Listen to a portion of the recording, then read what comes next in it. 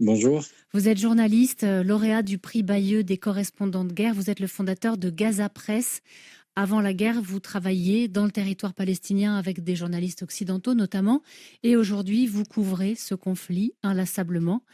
Le Premier ministre israélien a annoncé ce matin, on le disait dans le journal il y a quelques minutes, son intention de prendre le contrôle de toute la bande de Gaza, quelques heures après avoir lancé des opérations terrestres qui sont présentées comme de grande envergure, et ça dans un territoire assiégé. D'ailleurs, Benjamin Netanyahou dit qu'il va laisser entrer un peu d'aide humanitaire, le minimum pour empêcher une famine, dit-il, sans cacher que ça ne résulte que de pression diplomatique. Il y a eu aussi ce matin de nouveaux appels à évacuer des zones du sud du territoire.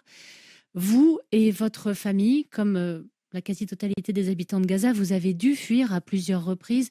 Aujourd'hui, où vivez-vous et dans quelles conditions? Aujourd'hui, on est de retour au nord. On est dans notre appart dans Gazaville. Et on vit comme les 2,3 millions de Palestiniens qui vivent d'un massacre et des débaucheries tous les jours, surtout le dernier de la semaine dernière ou depuis 5 jours à peu près, exactement quand Trump a commencé à faire sa visite au pays de Golfe.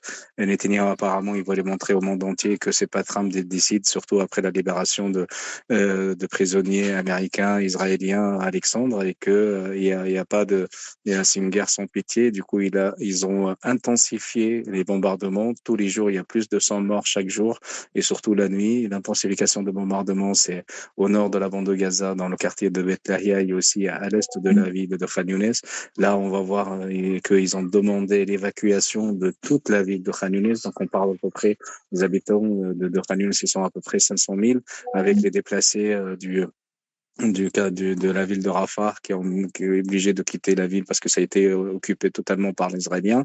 Et donc, on parle à peu près entre 600 et 700 000 personnes qui doivent évacuer.